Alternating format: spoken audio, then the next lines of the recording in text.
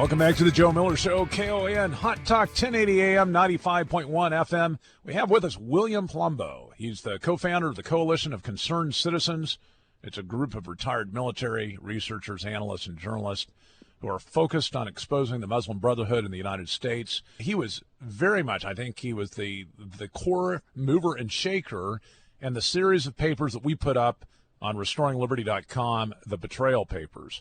Well over 100,000 views on those particular papers.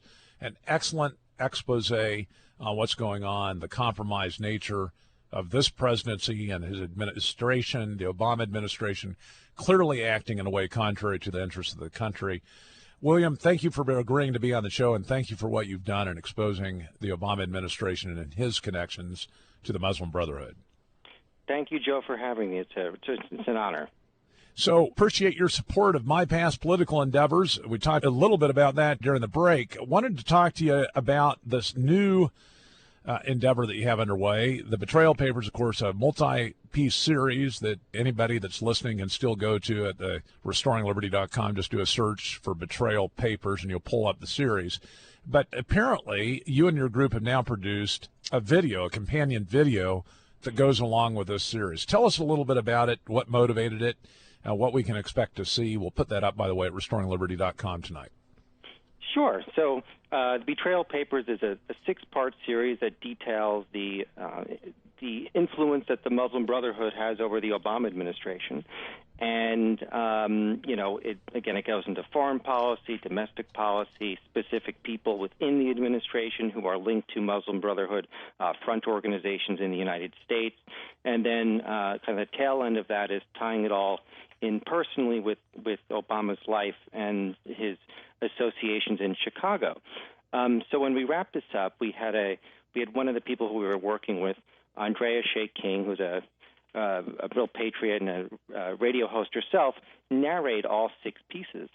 And what we've begun to do is take that narration and put images that go along with each part that's being read. So as the narration goes, you can actually see, in person, by photograph, what exactly we're talking about, see the people, see the effects of what they've done, whether it's the violence in Egypt or, the figures themselves in their lairs in some cases, like Bill Ayers.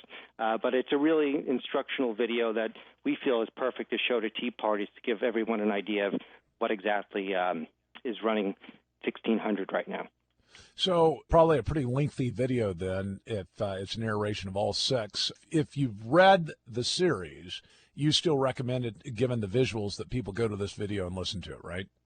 Yes. So what we did was we actually started to make the video with part 5. So what's available now is the 5th part, and that has to deal with Obama's personal history. But we are going to do a video for each part, yes. Yeah, so, we've covered some of this before on the show when the series first came out.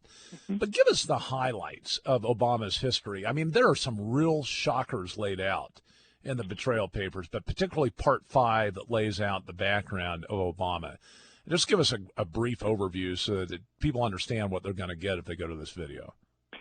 Yeah, so, it's interesting. We've decided to incorporate all the research we were doing with the Muslim Brotherhood in the administration and say, well, how likely would it be for people to read this and believe it if they didn't have some connection to Obama's personal life and life history? So what we did at the beginning is kind of lay out a series of questions that have been in the public eye really since day one with Obama, even when he was a senator. So there are a number of things that are, as far as we can tell, still up for public debate. Of course, there's the infamous birth certificate, which nobody needs to hear about anymore. There's a Social Security number that begins with a prefix associated with Connecticut. There's the only official student identification that identifies him as an Indonesian citizen, and just a variety of things like that really don't add up. And as far as we can tell, and we're pretty good at researchers and double checkers, don't really have an official explanation. So in light of that, what we did was we looked at his associations because of the old adage, you can define someone by their friends. And it turns out that his earliest influence, besides his mother, of course, was Frank Marshall Davis, who was a card-carrying communist and cited by the FBI as an enemy of the state. And then from there, we kind of moved on to Chicago and progressive politics and detailed George Soros and everything that he's done to help Obama along the way, which is really astounding, especially when you consider that George Soros on 60 Minutes at some point said that being a Nazi collaborator was the happiest time in his life. Valerie Jarrett, of course, who many people consider to be kind of the puppet master of the entire administration, and her connections to the Communist Party in Chicago, the very corrupt Daley machine, and actually it was her grandparents, or I think her grandfather's connection to Frank Marshall Davis. So go figure, somehow there's a connection there. And then we went on and kind of detailed Bill Ayers. And Bill Ayers, of course, is where Barack Obama launched his political career, in the home of Bill Ayers and Bernardine Dorn, who are well-known, obvious domestic terrorists. In fact, they brag about it. And then we kind of pulled up some very interesting things about Bill Ayers and Bernardine Dorn. In fact, both of their children have Islamic names. They're named Zayd and Malik. And, of course, wow. It's crazy, right? You wouldn't think that. But infamously, on the morning of September 11th, the New York Times published an interview with Bill Ayers about his new memoir that said, is quoting from the memoir, and it said, "The day we bombed," meaning the weathermen, "the day we bombed the Pentagon couldn't have been a more beautiful day. It was all perfect." And, of course, later that day, a plane hit the Pentagon. I mean, maybe that's just a coincidence, but it is kind of awfully suspicious. And then we kind of, from there, took it on to his association with Rashid Khalidi in Chicago and his wife. The Obamas were very good friends with Khalidi, who was is a well-known apologist for Palestinian terror, and his wife. They were campaign donors to the Obama campaign in Chicago. They were friends with the Obamas, dinner friends, intimate friends. So when you start to look at the associations, you do get a sense of the character of the man. And in retrospect, we've been living essentially in his country because he doesn't respect any other part of the government for the last 6.5 years. And it really does begin to add up, and you get I would say, a kind of a frightening picture.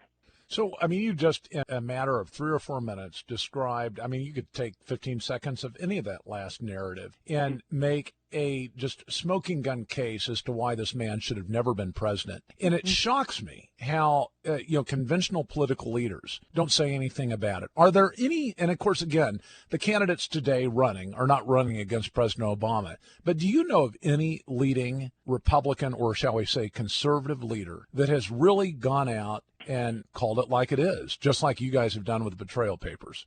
I got some positive news last week. I heard that Ted Cruz had hired someone who was adamantly anti-Sharia. But, and I think Bobby Jindal has done a pretty good job about stressing the threat that we face from radical Islam. But in general, nobody's really gotten down to the nitty-gritty details of saying, American public, you have a real problem, and it's not going to just go away as the administration goes away. They've burrowed into your bureaucracies and your agencies, and it's going to be very difficult to detect these networks if you don't at least talk about it. So, unfortunately, I don't really... Do you think that's part of the fear? I mean, that we've got a bureaucracy that's so infected that there could be some real concrete backlash against anybody that actually speaks out, or is it just the media and the backlash they could expect there that's causing people to be silent? That's a great question. I think that at this point it's probably both. We know the media is extremely hostile to anybody who even dares suggest that the Muslim Brotherhood is a real threat in the country. But just look at the IRS. I mean, a lot of people don't realize that not only did the IRS target Tea Party and conservative groups, but they actually retroactively approved the Malik Obama Foundation charity, which was connected to Hamas financing in Africa. So I think the IRS scandal actually is quite definitely tied to that whole problem of infiltration in our agencies. Well, I mean, part of what we need to do is get the word out, and that's what you guys are doing very, very effectively. I appreciate the efforts. And the Betrayal Papers, again, I think it's one of the best series, it's the only series, and certainly one of the best exposés I've seen on the corruption of the Obama administration vis-a-vis Muslim radicals, as well as the infiltration of Muslim radicals even beyond the Obama administration into some of the clandestine agencies. So I appreciate the efforts of you and your group, and of course welcome you back on this show at any time to talk about any breaking events. Of course, we'll put up, like I said, the video that you guys have put out for part 5, as well as the excerpt, whatever article you send us. RestoringLiberty.com will continue to support you in your efforts, William. Thanks again for what you're doing and the support that you've given this group and giving out this information to Americans that are concerned about where this country's headed. Well, thank you, Joe. Thank you for all you do, and thank you for supporting us. It's really appreciated. Absolutely. Again, William Palumbo, he was active, involved, the central figure in the Betrayal Papers. We'll put that out tonight at RestoringLiberty.com. Stay with us. We have more. The Joe Miller Show back after this.